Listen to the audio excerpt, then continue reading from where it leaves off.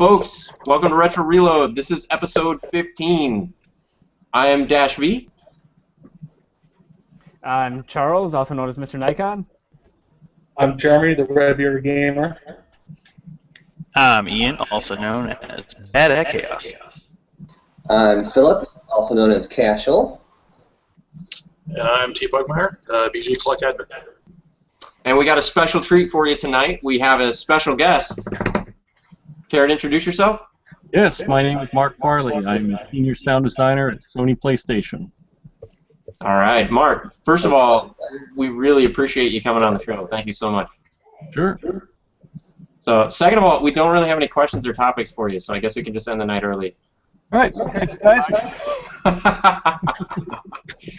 Actually, I may not have been entirely true. We do have some topics today. Jeremy, you want to give us our topics? Yes, the first topic is best sound effects in games. The second topic is if you had to pick one system, excluding the last two generations, what's the only system you would keep or have? All right. I guess what I want to do first is I want to ask you, Mark, games that you have, I assume that you play games as well as make them? Not as much as I should. I have to share this machine with other people in my household, so... Oh, okay. I understand. I have an 11-year-old. What if you had to pick, though? If you had to pick, and it could be a game that you've worked on, so you can totally, you know, self-promotion. What game has the best sound effects for you? Well, I was a big fan of Battlefield when that first came out with the, the dice stuff, and I'm not, honestly, I can't remember which one it was, but they introduced the whole concept of high dynamic range audio, and I felt that it just really fit. I think the whole Battlefield series sounds fantastic. Great. I didn't work on it. Well, you get bonus points for not shamelessly self-promoting. Mr. Nikon, how about you? What is my question? For like different sound effects in the games, from the old 8-bit sound to now, which I like more. It's more realistic today. But which one do you prefer, the older sounds or things that are more realistic, like they are today? Well, it all depends, and I should go back on my previous answer slightly and say that different genres have outstanding games. So I really like the sound of Journey, but I can't say that it was my favorite gun sounds, for instance. And I thought the Freakers and such, or the creepy bad things in Last of Us, really were compelling in their support of the story.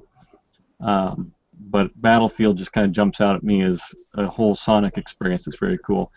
As far as what I like in terms of old games versus new games, the old bleeps and bloops versus the more realistic or cinematic stuff of today, I'm probably happier with today's stuff and the flexibility, that I have to do a cinematic presentation. When I started, I was doing Sega Genesis and Super Nintendo games, and so it was the bleeps and bloops. And I always remember introducing myself at functions where, we'd go to the schools or something, and the other parents would say, "Oh, what do you do for a living, Mark?" "Oh, I make sounds for video games." And they go, "Ah, I hate all those bleeps and bloops. They just get stuck in there. Oh, I shut them off." And it's like, okay. Just go home and cry into your pillow. What? No, I don't do that. Video games don't make me violent. That's good. Name some of the Sega Genesis games that you worked on. Well, did some golf back when it was PJ Tour, Madden, and God dang, there's a lot of stuff. On SNES there was like Jordan's Adventures in the Windy City, Michael Jordan Adventures in the Windy City, stuff like that. I'd have to look back through my list of games because it's been a little while since then. But yeah, whatever EA was cranking out at the time. I started at EA back in '93. Wow. So that was a long time ago. And some of the more recent games that you've worked on too. You did sound stuff for like every version of Infamous so far, right? Mm-hmm. That's pretty great. Did you have a favorite of those projects? Not necessarily. I think Second Son really came together really nicely. I like that one a lot. First Light was cool, but I don't know, just each one of them is just a little different, and it just gets better, and you kind of get more into a groove of it. That's pretty What cool. was your favorite game you worked on? Favorite game I worked on, it depends on why it was my favorite, but back in the day I had a lot of fun working on NASCAR. I was audio lead on EA Sports NASCAR for a number of years, and so that meant attending a lot of races and having all access passes and meeting drivers and working with the announcers and stuff. So that was cool. Getting to ride in the cars, all that fun stuff. Yeah, that's pretty cool. Riding the cars? That's pretty neat. Yeah, and then there was, Really cool. normally the race cars just have one seat in them, but we got to do the this experience in Las Vegas where there's a passenger seat and go for a ride along, and I did that just so I could get a sense of what does it really sound like in the car. So that was cool. And another game that I have really fond memories of working on, though I don't recall if I ever played the game because I never have had a gaming PC, was World War II Fighters, James. Because that day I got to go up in a P-51, and that was my favorite plane of all time. So going for a ride in one of those and getting to fly past a bunch of microphones on the ground at full speed at like 20-foot altitude, that was a lot of fun. Great day at work. That's pretty cool. That's pretty cool. Your gamers like beaming now from ear to ear about that news. So. Yeah. We in sound get to go do a lot of fun things, so back in 2007 I had pretty much just started here. We did a huge gun shoot down in Arizona and hired an armorer to come out with just tons of hardware ranging from the smallest of handguns on up through an old Russian Dishka and grenade launchers and grenade machine gun, all that kind of stuff, and spent a lot of money on ammo, but it was a lot of fun out there in the desert blasting off all this stuff. So good days at work. Nice. Lucky. Now, how is from the days of like Genesis up to the days of like PlayStation 4, right? Mm-hmm. How has what you've done changed and evolved, and what are the changes that you appreciate the most between then and now? The technology, as far as what tools and pipelines are available to us, has evolved tremendously. So back in the day of the cartridges, you were doing FM programming on a synth chip, and if you were trying to get music into the game, you would compose some music, or a composer would give you some music as a MIDI file. But because memory was at such a premium, like you were negotiating to get your 8K of ROM space, you were trying to pare down in a hex editor, changing values until you got it to fit into memory. So it was very tedious. Now, the machines are powerful enough with enough memory, enough voices, enough DSP power, and so on, that we can, and then we have very modern tools available to us, whether it's an in-house proprietary tool or something like Audio Kinetics Wise, allows us to just hear what we want this game to sound like and just make it happen. And so the reliance on having a programmer do every single thing for you to get your sound to play even half the way you wanted it to play is reduced. You still need brilliant audio programmers to make a game sound great, because it won't without one. But the tools that we have to mock things up and get them implemented and so on are far more powerful now than they used to be. Is there a particular project that you think grew you the most in your craft?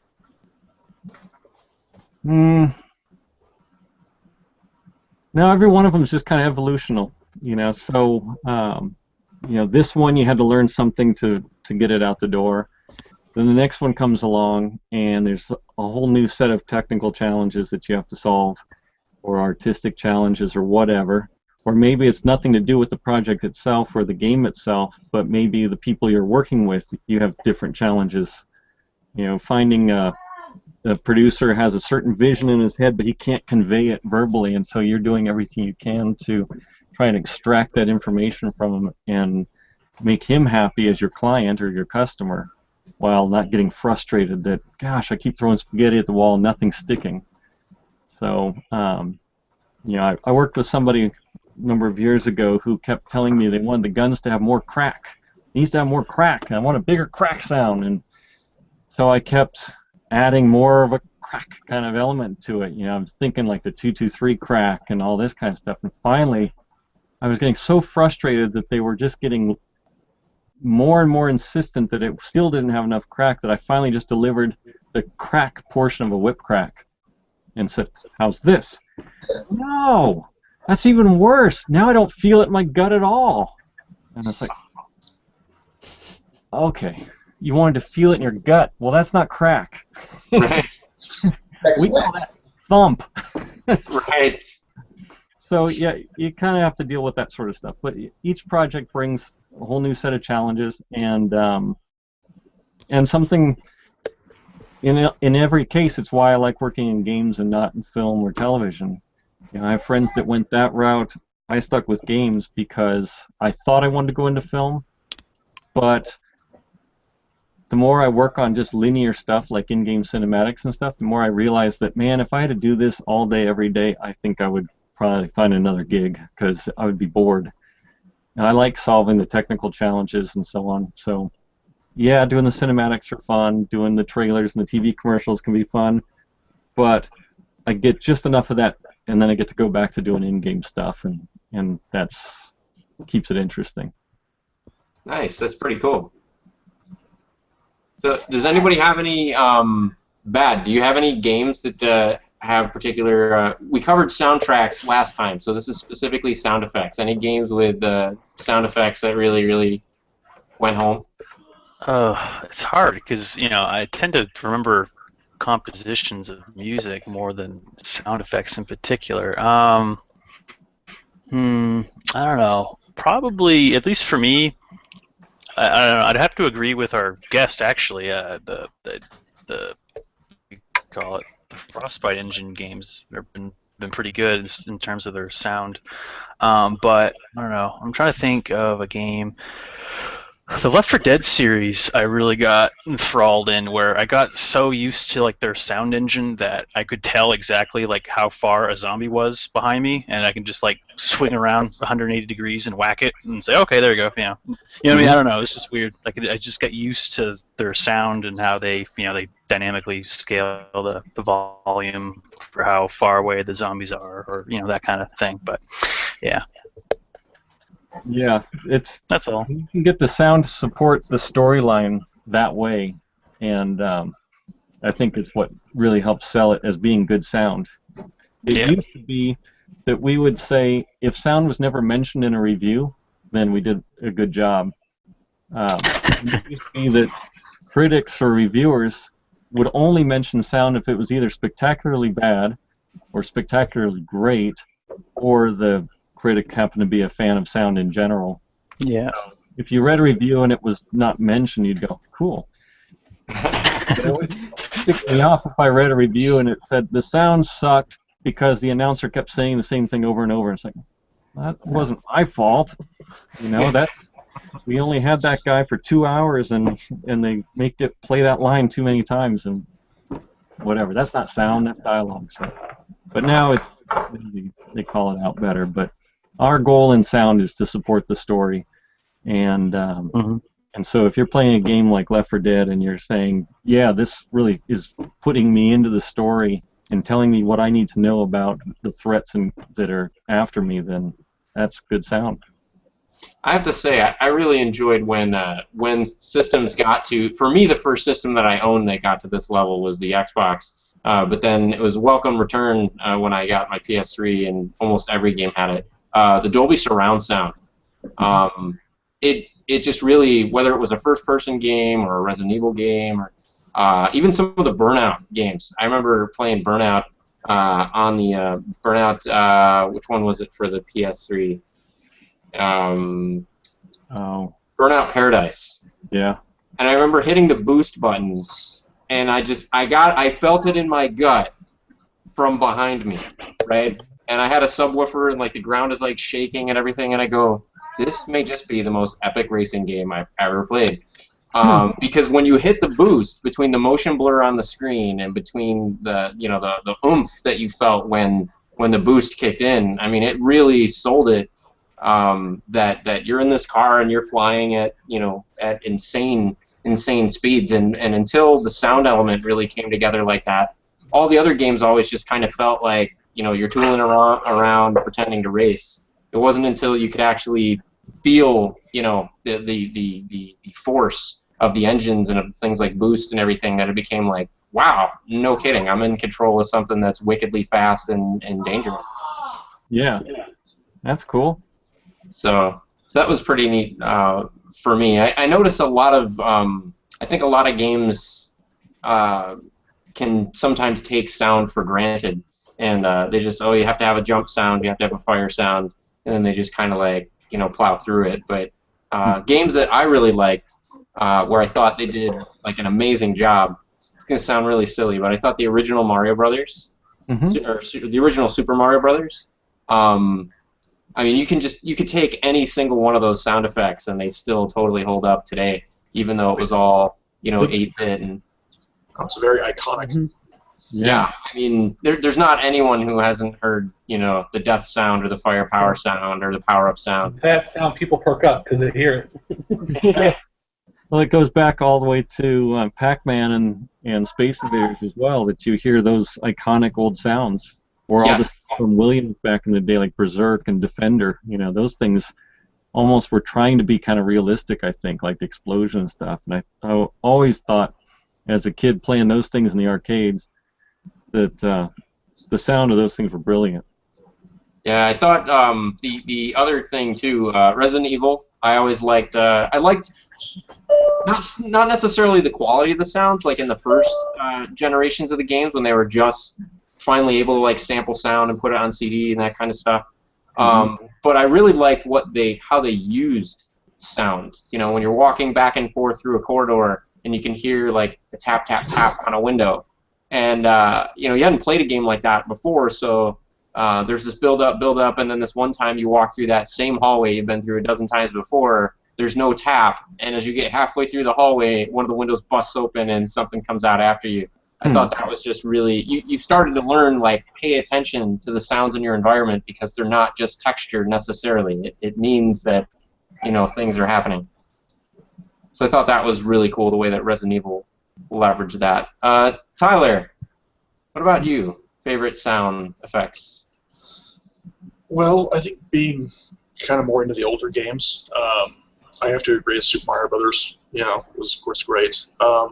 I think one of the first ones that really kind of impressed me, and this is kind of stupid actually, but it was Desert Strike. Okay. Yeah, I have that one. Yeah, and it was, I don't know what it was about it, but I mean, it was just, I liked the sound, Another one was NBA Jam. I thought was good. Yes, NBA Jam had awesome. Yeah, I mean, everything in that. Had plenty of boom and plenty of shalaka-laka. Yeah. And I think the more recent game, it's kind of what you were talking about with Resident Evil, was Minecraft. I mean, the graphics were, everybody knows what Minecraft looks like. Yep. But the sound and the music was great, I thought. And it totally contrasts with the graphics, I think. Yeah. I think, now that you mention that, another sandbox type game that I think has fantastic sound. I played a bunch of it with my son for a while, mainly because the music and the sound was like so epic. I was like, I know it's just a platformer, but I have to give it some time. And then I really liked the crafty look. Was Little Big Planet. Mm-hmm. Little Big Planet is just that game does such a great job of being so epic, and the gentleman that they got to do the narration in the. I don't know if it was intentional that he sounds just like he's reading entries from the Hitchhiker's Guide to the Galaxy, but it definitely helped. So the charm in that game in the audio department is just amazing. Those people in that department just live and breathe that. They're just that good at that game. I think the success of Little Big Planet is partially due to everybody seems to just be totally bought into that whole fiction and that whole environment, and very talented people working on that. I would absolutely agree. I have the first and second one, and we haven't gotten the third one yet, mainly because I don't have a PlayStation 4. That might happen this Christmas. So I'm kind of like I'm avoiding games on the PS3 that I can get on PS4. Mm-hmm. But it's definitely in the bucket list. I still use my PS3 a lot because that's how we're watching Vudu and Netflix. Does the PS4 do Netflix? Yeah. It's just that I have an infrared remote for my PS3. Gotcha. Cashel, how about you? What are some most triumphant sound effects for you? I like the word choice. Use triumphant there. No, I like how I use triumphant. The one that immediately comes to mind are Mega Man games. The sound of his laughter and the sound of his charge shot and the sound of him charging, obviously, are great. And the one that really just brings back good memories is the Crash Bomb. I'm not even sure what the adjective is to describe it. But when you hear multiple explosions all at once, you're like, yes, I love that weapon. And another one that comes to mind is this. Chrono Trigger had each character kind of had, well, they had their own music, but they also had their own unique sound effects. Like the one that pops to mind immediately is Robo's little 1s and 0 robotic talk thing. I mean, it's just it's these little touches that make the game that much more special. It's not much, but you remember them because they're so they're so impactful, even though it's just a sound effect. Yeah, I think the right sound effect can definitely I get that not every game has to have spectacular graphics or spectacular sound. In the end, I think it's the mechanics that really make a game work. Certainly the graphics and the sound of Little Big Planet pulled me in, but it was the mechanics and the pick-up and playability of it that made me stay. Mm-hmm. And then kind of the same, but I do think bad graphics and bad sound, just bad graphics and sound, can wreck a good game. Mm-hmm. So off the top of my head, I don't have any direct examples. Usually, because once I have determined a game is bad, I just stop playing immediately. There's bad sound. There's also bad voice acting. I can name a ton of those. But bad voice acting, though, I can totally get with bad voice acting. The first Resident Evil game, right? Oh, Jesus. Stop it!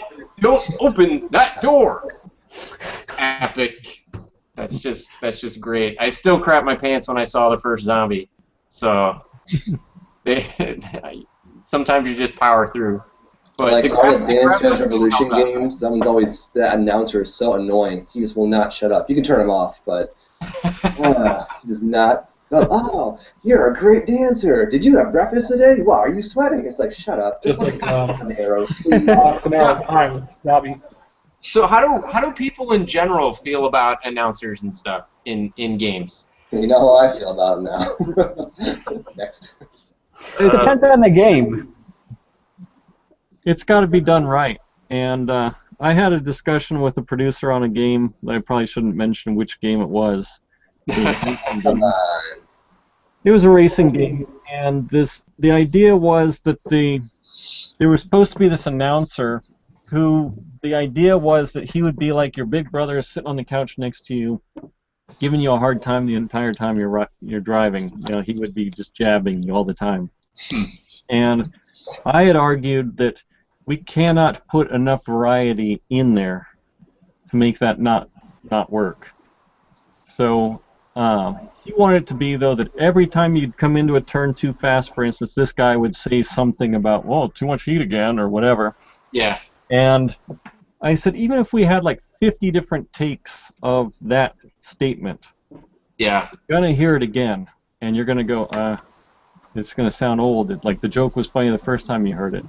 And, Yeah. Except it wasn't. Yeah, and so I had argued that if a player heads into this turn and hears nothing from his asshole brother, pardon my French, he's not going to miss it. He's not going to go, I kind of wish I'd gotten somebody to chide me for that. But if he hears the same thing that he just heard 50 laps ago, he's going to go, again, that's annoying. Yeah. Well, so I was vetoed. And, of course, the reviews came out, and that the sound effects were good, engines were good, music was cool, but the announcer was so annoying I just turned him off because he kept saying the same garbage over and over and over again. Don't you hate being right? Well, it's bittersweet. Funny you mentioned that about sounds being mentioned in reviews, because I write reviews on the side for GameFAQs, and I was when I started writing them, like I was looking at their criteria, and it said something about how to grade the sound, and it said if the sound is good, don't even bother mentioning it. So it's funny you mentioned that is what you look for as well when you read reviews from the games you worked on. Mm-hmm. I haven't read any reviews of stuff I've worked on in many years, mainly because I forget. But sometimes we'll talk in a meeting or something after something hits the street, and after a couple of weeks we'll say, oh man, it's trending on Metacritic at 88 or whatever, and go, hey, that's good. Yeah. But in general, the only time we start to dig around for sound is maybe come review time, as in like performance review time, and we start to think, toot my horn here a little bit and look back through some reviews and see if I can find a mention or two. But yeah, I don't know. I was saying before we started talking here that I was just telling a coworker earlier today that I'm kind of a jaded old fart, and maybe that's part of it. Don't read the reviews. Nice. Well, sometimes, I mean, when you're in a creative medium, right, it's going to be subjective. You could make the most beautiful thing in the world and everybody could pan it, and then 4 years later they think it's the greatest thing ever. Yeah. So sometimes I think you know maybe better than others just how much work has gone into something and how much that work is worth. Yeah, and you know, I've always had, for whatever reason, very thick skin when it comes to the whole creative thing. Ever since I've been doing sound, even before I did sound for games, and if a critic or a coworker or anyone else said, "Man, that sucks," but, all right, what should I fix? What are you missing, or what's not working for you? And let's make it right. But the funny thing is, I've been doing sound now since for like 26 years or so.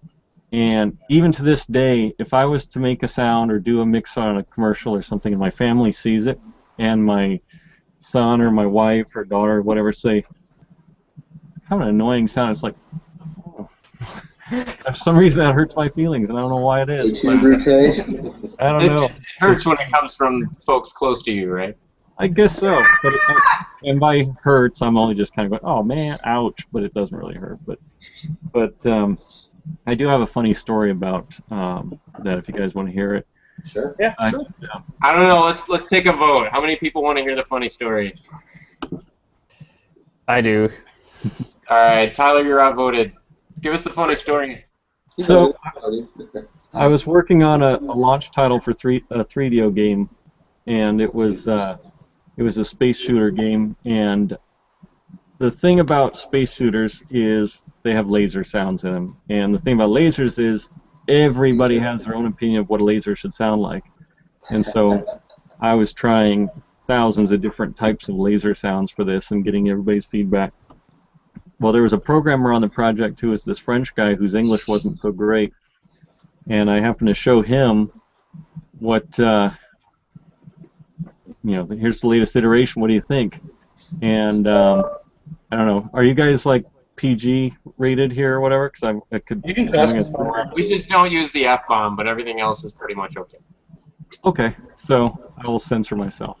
I said, so, hey, what do you think of this? What do you think of this laser sound? He goes, oh, I'm thinking it is, how you say, it is the effing shit. And I'm sitting there just like, and I said, oh, and he didn't say effing. And he, Yeah. I kind of.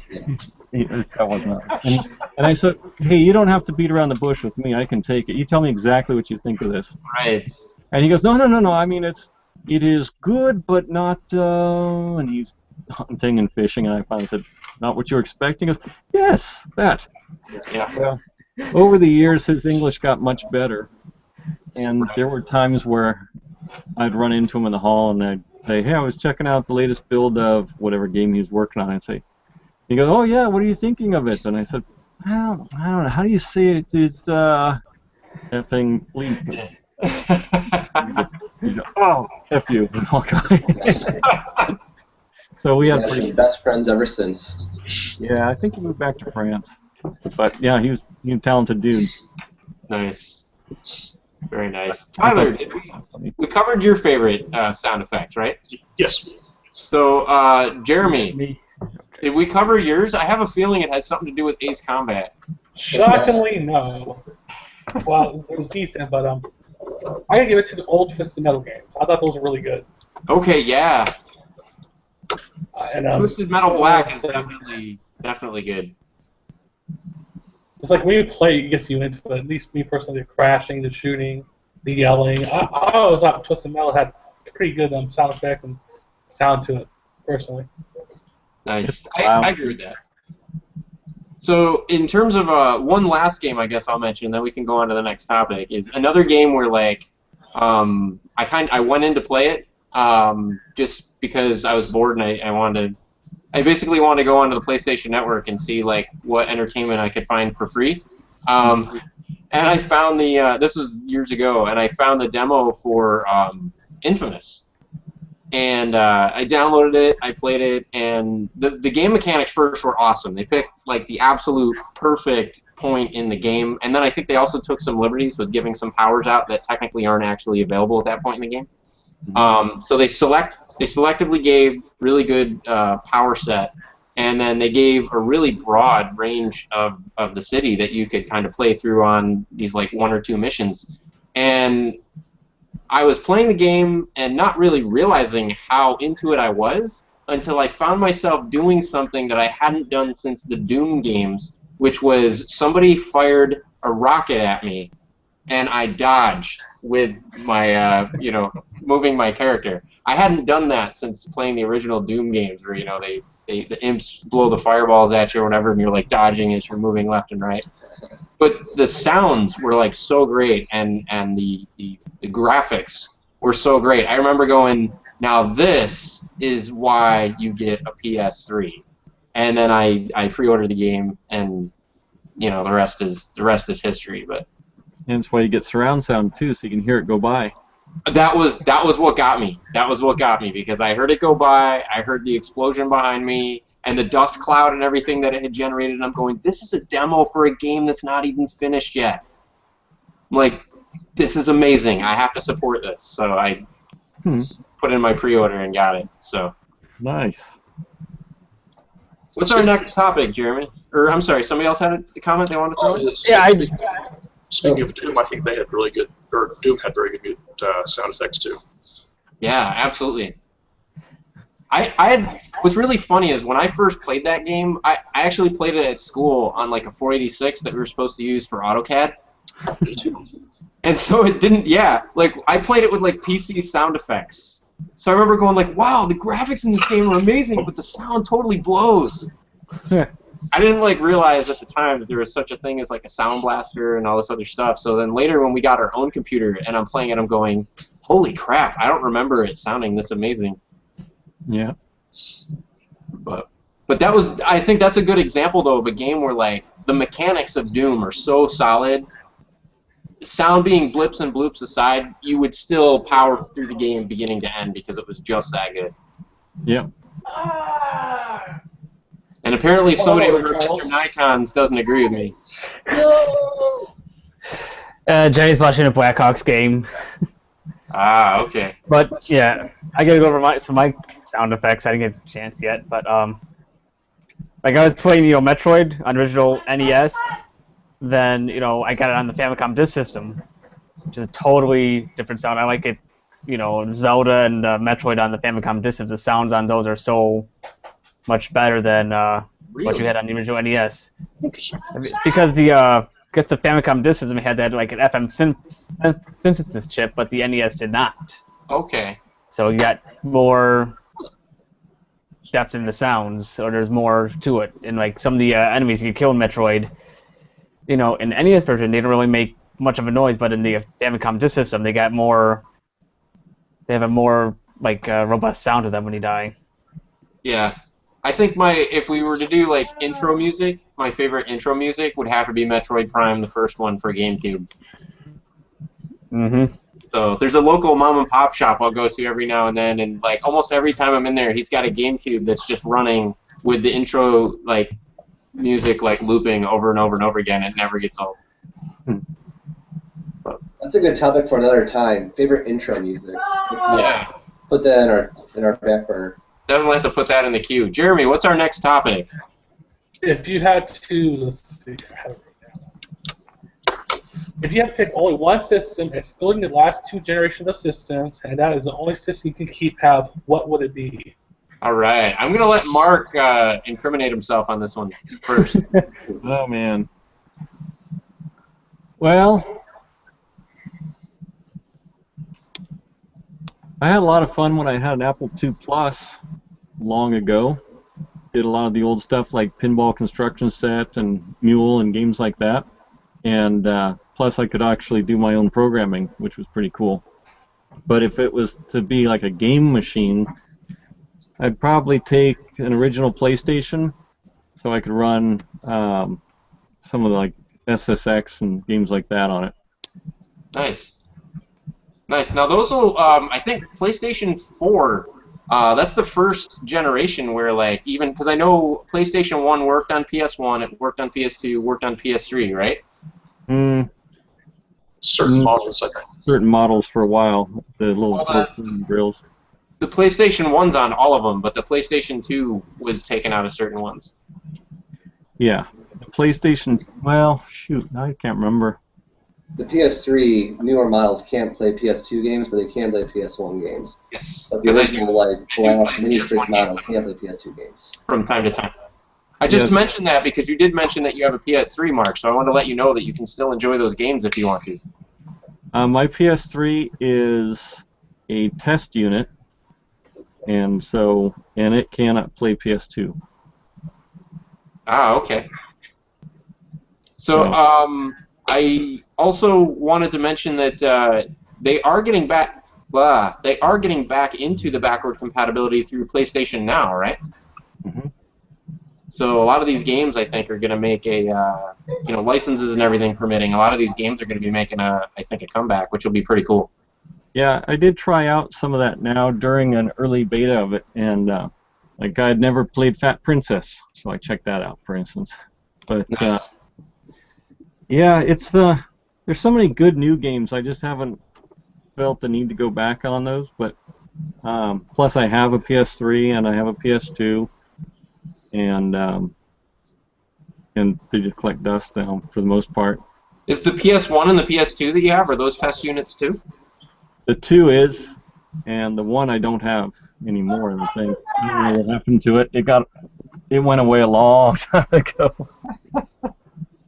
But the 2 is a test. Actually, the 2 is the test. The 3 is not a test. I'm getting my generations all confused. So I guess the answer to that original question is I'd take a PS2 so I could play SSX on it. Some of those old EA Sports big titles. I like those. Yeah, there you go. Well, because you worked on some of them, right? I worked on Freakstyle. So it would be really cool it'd be really cool if you were to talk to John, the Greedy Gamer from Game Informer. He reviewed a lot of the sports games in the Genesis era, and I think you guys would have some interesting conversation together. Maybe so, yeah. I'll bet you every game that you did every sports game that you did sound design for the Genesis, he probably reviewed. good chance of it, I suppose. Yeah, so that's pretty cool. So, Mr. Nikon, if you could have one game system, what game system? It has to be the original NES. I knew it. Wait, original NES or Famicom? Oh, jeez. Original NES. I know I won't have to worry about the discs degrading, so I have the Famicom disk system hooked up to the original Famicom. You know, I won't have to worry about the discs wearing out over time. I don't know if the NES cartridges will hold up for pretty much almost forever as long as they keep them nice and clean and all that. Yeah, I think the NES cartridges are going to outlive all of humanity. Like cockroaches. Yes, like a billion years from now, and like aliens are like landing on the burnt out remains of our planet, they're going to find like Mario Duck Hunt cartridges perfectly functional. And cockroaches playing Mario and Duck Hunt. Yeah, highly evolved cockroaches. Yep. Yeah. Excellent. Damn dog! I want to shoot that dog, but you can't. So, P. Pugmire, if you could have one system. Oh, that's a tough one.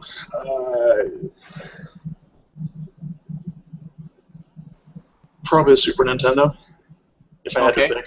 All right. All right. Why? A lot of good games. I mean, it's got Super Metroid, it's got the Link to the Past, it's got Earthbound. I mean, there's just a ton of great games for it.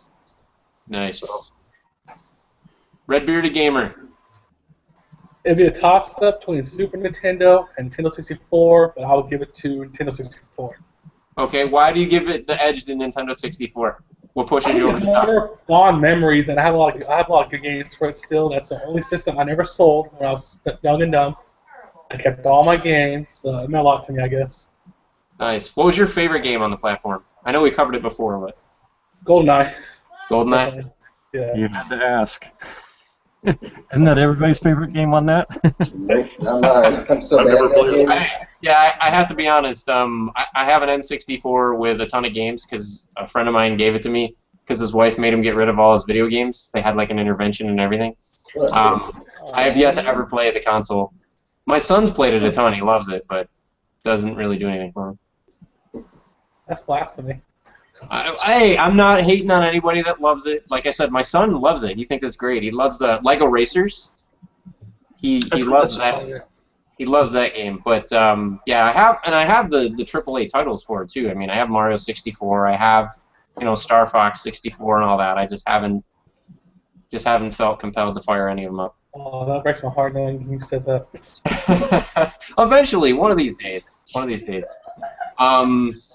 Cashel. Like our guest, I'm going to have to go with the PlayStation 2 because I play PS1 games, and my favorite game is a PS1 game. And the PS2 library is also wonderful for my favorite genre of RPGs, but also has some other great stuff like the Mega Man X collection or Shinobi and Nightshade, things like that. Just all around good console, and that would be the perfect one to go with. Nice. I'm going to throw down, and a lot of you guys are either going to go, oh, darn it, or hey, that doesn't count. But I say it counts. My favorite console, or the only console I would keep if I had to get rid of everything else, the Retron 5. That don't count. No, it totally counts, man. I would keep the Retron 5 because it gives me all my Nintendo, all my Super Nintendo, Sega Genesis. It gives me all my Game Boy up to Game Boy Advance, and it even gives me Famicom. But not Famicom Disk System. Well, would I consider a new generation system since it just released? And I did say yes. Oh. Yes. Well, it's kind of a hybrid, right? It is a new system, but then it's not, right? A new system would have a new game library to it. This one does not have a new game library. It's a hybrid. Good for you. But technically, isn't the Retron 5 an emulator? Well,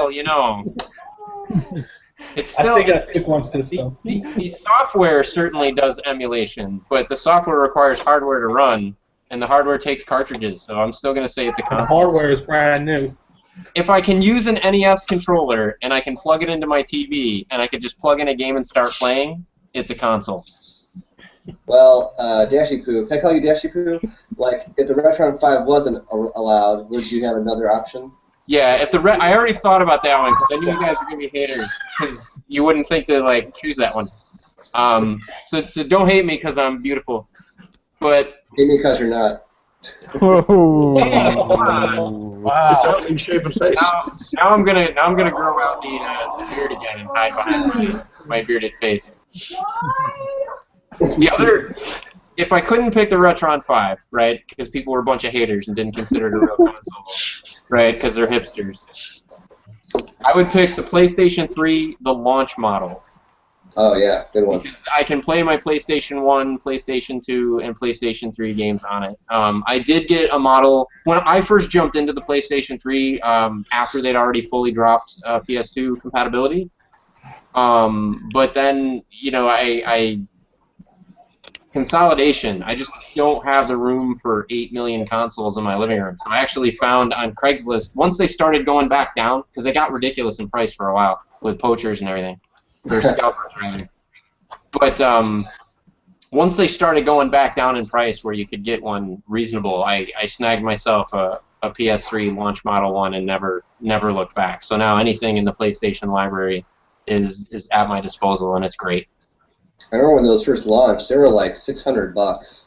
Yeah, they were. Oh, that's a lot expensive. I understand why they cut it, but as a trying to fit all my consoles in my entertainment center, I think the things I like best about it is you've got everything in through the HDMI. You've got the save games are all saved on the. My goodness, what's going on over there, Mr. Nikon? Something is happening over there. Not the gaming guys. 3 seconds ago in the Blackhawks game, tied 2-2 in the third.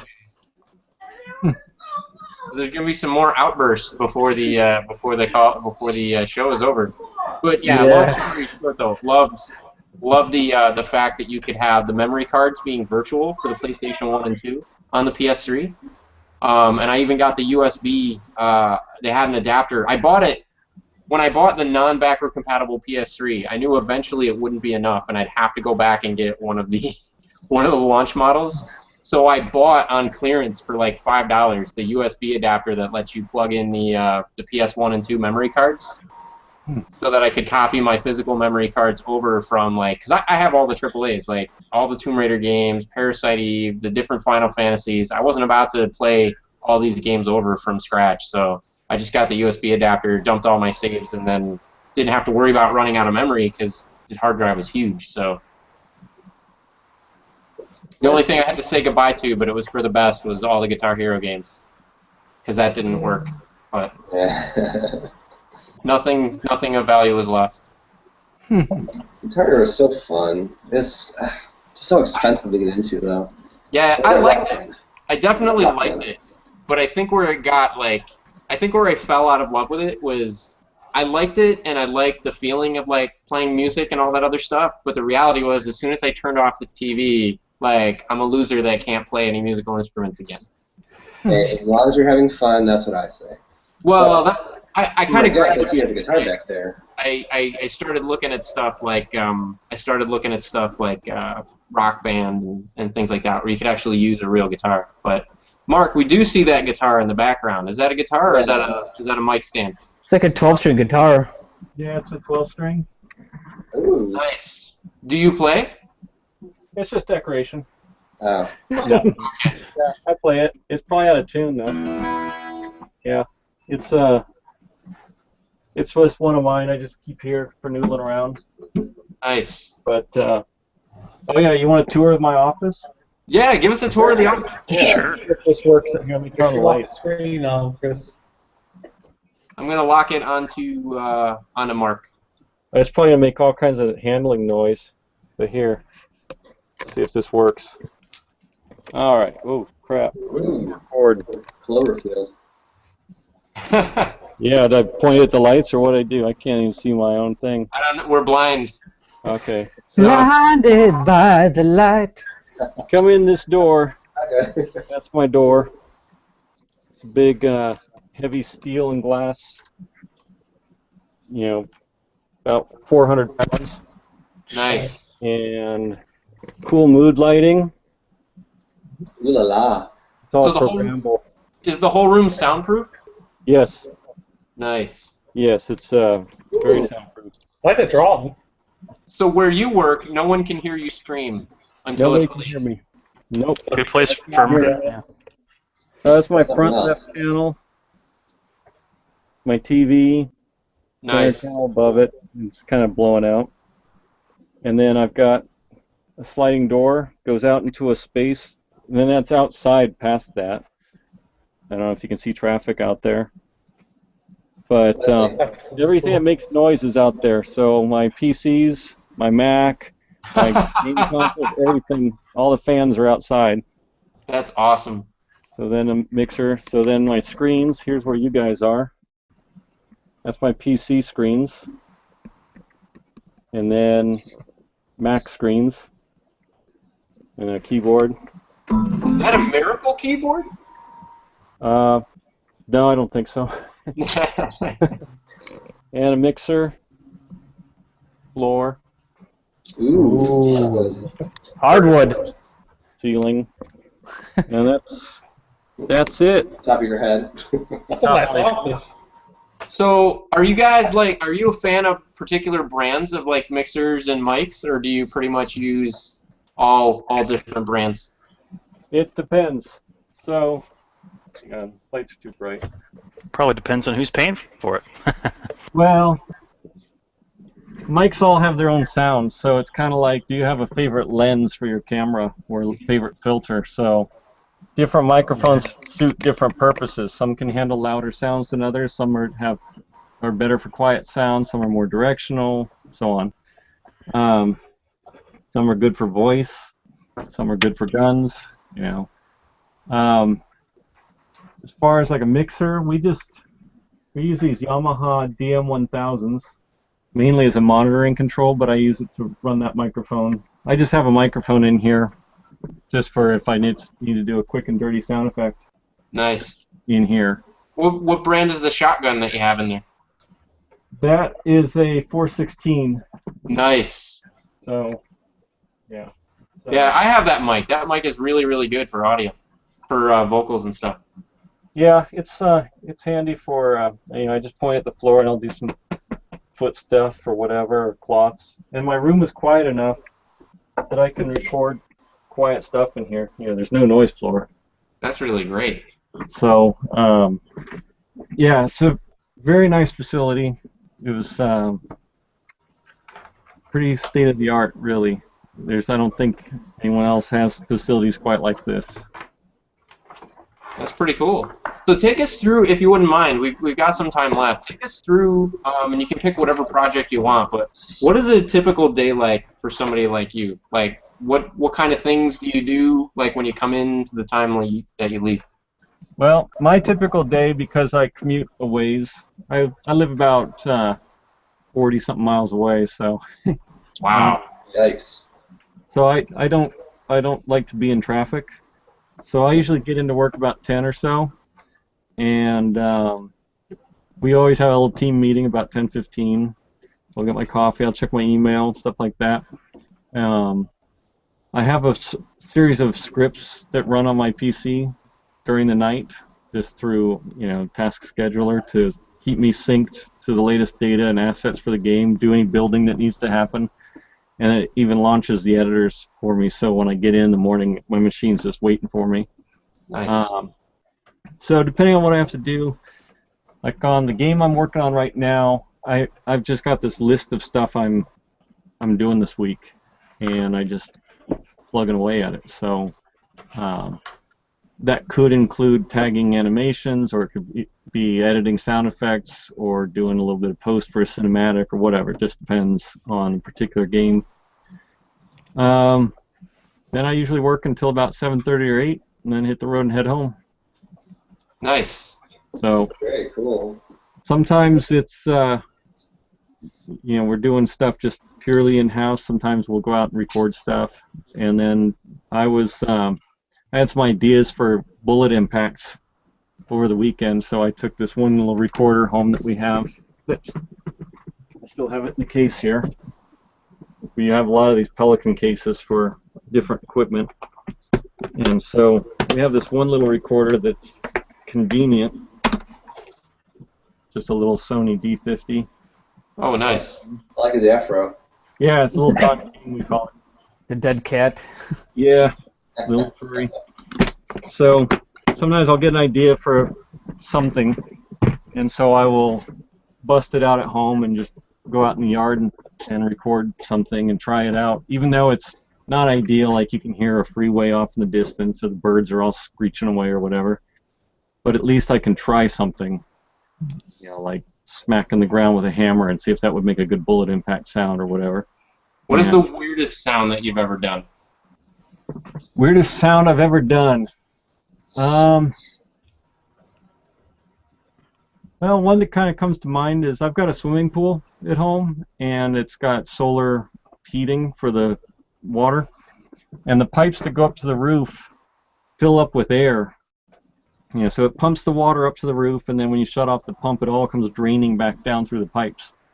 And we have some contact microphones, which I stuck onto the pipes to record the actual sound of the liquid inside the pipe. So, you know, if you can think of like putting your ear against something and hearing what that sounds like, that's what I was recording. And that made for a really good set of just over-the-top comical, like stomach gurgly kind of sounds. But I ended up using that stuff in SOCOM Confrontation. There was a map in there where you flip a lever and the water that's in the map drains out of this big room, and then it exposes new gameplay area. And so I used all that different plumbing sounds that I'd recorded on my pool to do that scene, you know, that event, that scripted event in the game. So it kind of jumps out as a weird sound. Nice. That's pretty cool. Mm-hmm. All right. Do you have any Easter eggs in the sounds? That's a good question. Any Easter eggs in the sounds? Anything that we'd have to... Go figure out. Go figure it out. You know? We don't really necessarily do that, but every so often a coworker of mine and I might bury something in just that we ourselves will notice and hear, and we'll just give each other like a and out. But there are running jokes and running gags, of course, in the whole industry, and you know, like one sound designer I know in particular does film work. He sneaks the little flipper dolphin chatter into any scene he can, no matter if it's appropriate or not. And once I knew that, I was watching a movie, and I didn't know he had worked on it, and I heard dolphin chatter in a scene, an establishing shot of the ocean. I went, huh. So I looked him up on IMDb, and yeah, he worked on that show. So it's like, okay, I heard that. But everybody knows the Wilhelm, of course, and I'd love for that joke to just go away.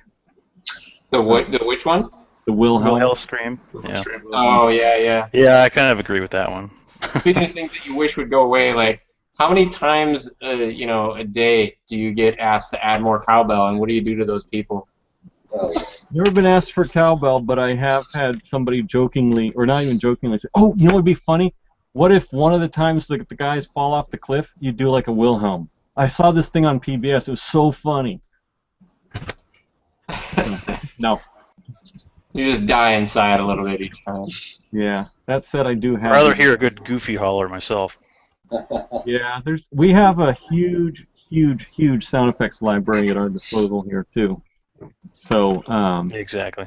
We are constantly growing it. We have a talented librarian who works down in our San Diego office who keeps it all up to date for us, whether it's buying commercial libraries and adding stuff to it, or it's our stuff that we generate and send down to him, and he catalogs it and puts it in there. You know, our library, over 200 and, gosh, I don't know how many, let's see. I'm searching for all right now. But it's well over 200,000 sound effects in there, so you know, we're never having a hard time finding the right sound. Nice. But we like to always try and make our own stuff. We avoid library as much as possible. But once we make a sound, then it goes in the library. So, in the interest of keeping stuff new and that kind of stuff, we went from bleeps and bloops, right, in the Genesis days to Dolby Digital, CD quality audio, all this stuff. Where do you think sound is going next, or is it too hard to predict? I think just more powerful cinematic sort of experience. There's ways we can go with you go to the movies now. There's Dolby Atmos with height information, for instance. That could be something down the road at some point. But just as far as just the DSP power we have available to us now, no longer do we have to use the kind of mediocre reverbs, for instance, that the machine can handle. We can do actual convolution impulse response reverbs. And so we've gone out and done our own recordings of reverberant spaces just so we can use them in our games and have them sound that much more real. Sony here is a campus, and so there's this courtyard amongst the buildings, and we went out there in the middle of the night and played the sounds and recorded them, and now we have really good reverb impulses of our courtyard, of our parking garage, all kinds of stuff like that they're going to start finding their way into projects at some point. Cool. Great. But I think when you look at things like Last of Us, that's kind of like where things, kind of a starting point, I think, of when the way sounds can be occluded, where you know that thing is outside the wall, and as it walks past the window, suddenly the sound is clearer, and it goes back down. And it's often been a kind of a cheat in the past, but I think with the more powerful machines now, we can actually do more kind of the sound equivalent of better ray casting and shading and reflections and so on, but with sound and not just graphics. Oh, wow. You're talking about actually texturing and layering the sound rather than just this clip's over this clip over this clip? Yep. Wow, that sounds really cool, actually. No pun intended. I think that's coming at some point. It just seems like the natural progression of everything. All right. Does anybody else have any questions before we wrap up? Because we're close to time. I was just kind of wondering, where are you? I mean, you said that the library's in San Diego. Oh, where am I? Yeah, just kind of curious. I'm in San Mateo. Oh, okay. But we have facilities like this in Santa Monica and in San Diego. So those are the three SCEA locations. Okay. And we're all connected with a very high-speed shared network, or shared network storage. So we're sharing a big 65 terabyte super high-speed storage thing. So we all just work off the network. That's very cool. Yeah, the beauty of that system is I can have the guys down in San Diego, for instance, record a bunch of custom Foley for me down on their Foley stage, and within minutes, I just double-click the session, open it up here in my office. It's just there. We don't deal with FTP servers or transferring files from here to there. It's just all on the same system. That's great. Yeah, pretty. Makes the whole workflow much smoother. So that allows us to really scale too. So on the order, towards the end there with all the cinematics, and I don't know if you know this, but the order has a lot of cinematics in it.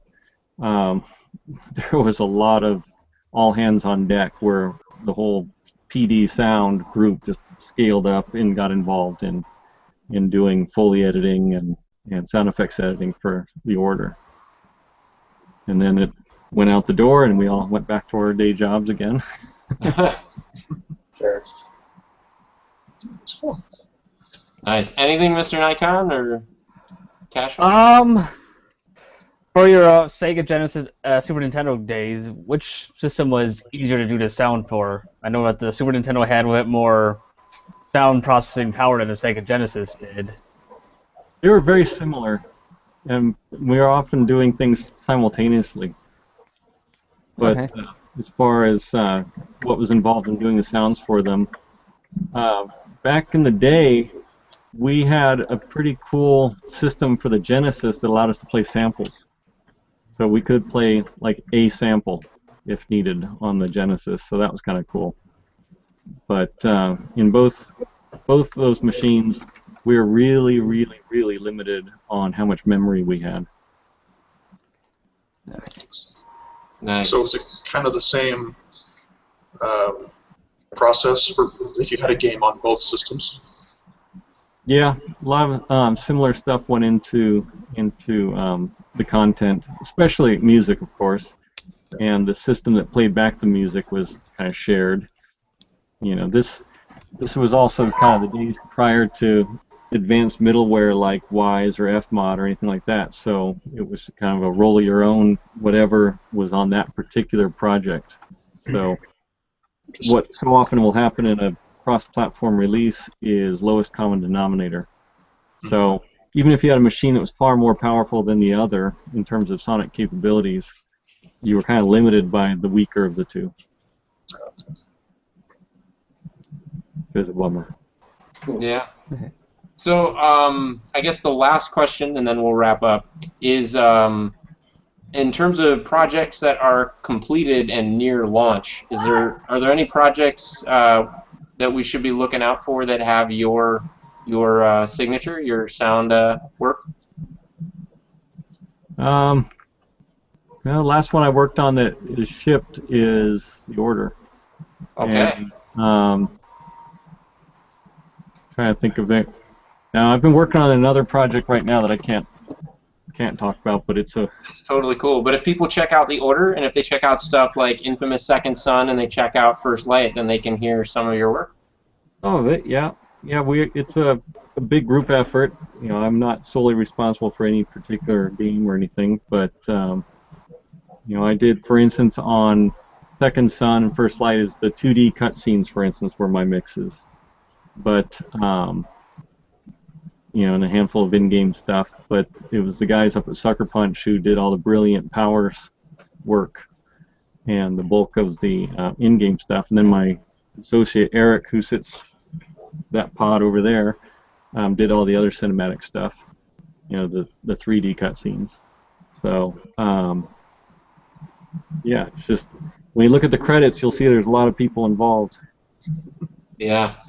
Well, Marc, it's been great having you on the show and talking about your involvement with these games and some of the journey from all the way back Genesis days when most of us were kids to now when the systems are just so much more capable, the environments are just so much more vast, and the experiences are just so much greater. I want to personally thank you on behalf of all gamers for continuing to evolve the craft, continuing to push the cutting edge and the bleeding edge forward, and to make each one of these experiences feel new again, because I know that's hard to do. Take something that's been done a dozen times, make a game, and make it like a new game, a unique game, something worth playing. So thank you.